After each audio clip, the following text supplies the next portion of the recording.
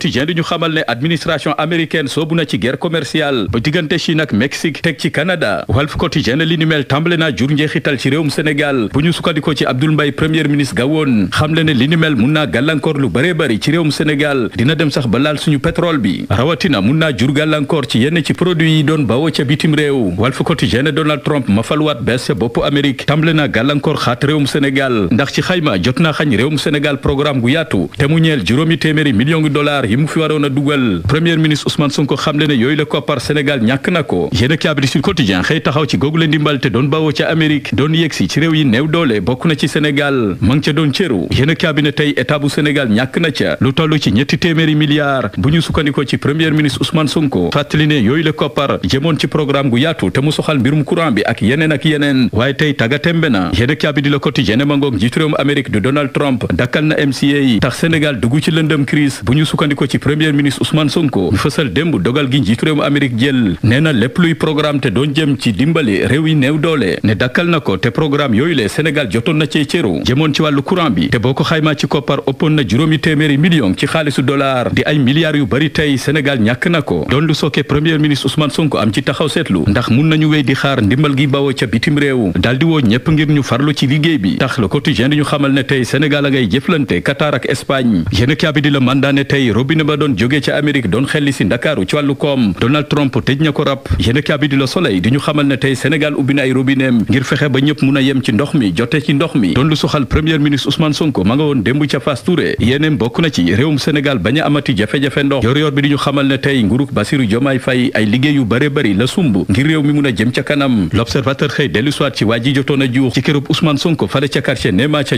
Ziguinchor doon ñax toog di fitnaal waa kër ga yéen cabinet waa joojule teg nañ ko loxo ma nga garde à vue ak kenn kam ca àndaloon yéen cabinet waa joojule sant Ndiaye jot naa métitlu la mu def riccu na ko yéen cabinet waa Grand Place ne waa joojule di Ahmed Ndiaye ma ngay nettali la ko dugal ci li ni mel ba mu dem aki ji kër Ousmane Sonko fale ca Néma ca Ziguinchor Ahmed Ndiaye xamle ne lenn rek moo ko ko yóbbee moo dine jaaxle ci jafe-jafe yi nga xamante ne moom la société bii di Ecotra di dund fa muy liggéeyee ndax toog nañ lu tolloog juróom benn weer yoo xamante ne jotuñu seen payoor te lépp nguur gi leen ko yóbbee gannaaw koppar bi leen nguur gi yoreel te ba léegi feeyagu leen ko waa Grand Place di ñu fàttali ne Ahmed Ndiaye moomulee fitnaal ak naka sudul noonu taxu koon a jóg ndax jàmbaar la ci wàllub liggéey dafa fekk ne boolu mu ñu kaayam a fees tax mu dem artu ji jafe-jafe yi nga xamante ne moom la Ecotra di dund yéen kaabi di source a xëye wàllu politique di ñu dégtal député Amadou Ba mi ñu ne bu deful ndànk fileek ay fan mun nañ koo xañ balaanu kirlaayam ci assemblée nationale tax na ay ñoñam jóg nañu taxaw yéen cabinet ba ca ku tey ji daañ ci amal ndaje mu yaatu Amadou Ba ci ay kàddoom ne du seetaan mukk ñu koy sànk ci wàllu politique yéen cabinet las ne coow laa gi ne cobboy ci ndampaay gi nguur gi yëkkati fas yéene ko dampe ñi jotoon na loru ci fitnay politique yi fi woon yéen cabinet kàddu gi doonut benn am na ñu ci ànd am ñu gis ne politique moo ci laxasu yéen cabinet Vox Populi xëy di ñu laqar ci la xew ca Fass Ngom te doon lu doy waar lool yéen cabinet gérant multiservice lañ fa fekk faat ko ci anam yu métte métti dañ ko rendi yéen cabinet ka def li ni mel teg nañ ko loxo ci jamono ji fas yéene ko jébal yoon